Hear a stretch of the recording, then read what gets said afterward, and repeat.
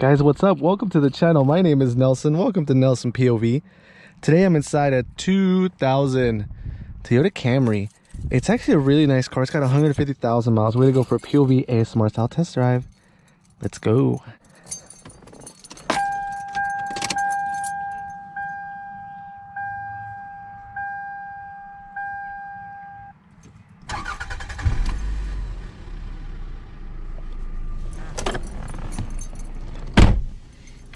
Like I said, it's pretty nice. Before we get the video started, I just want to tell you guys a quick story.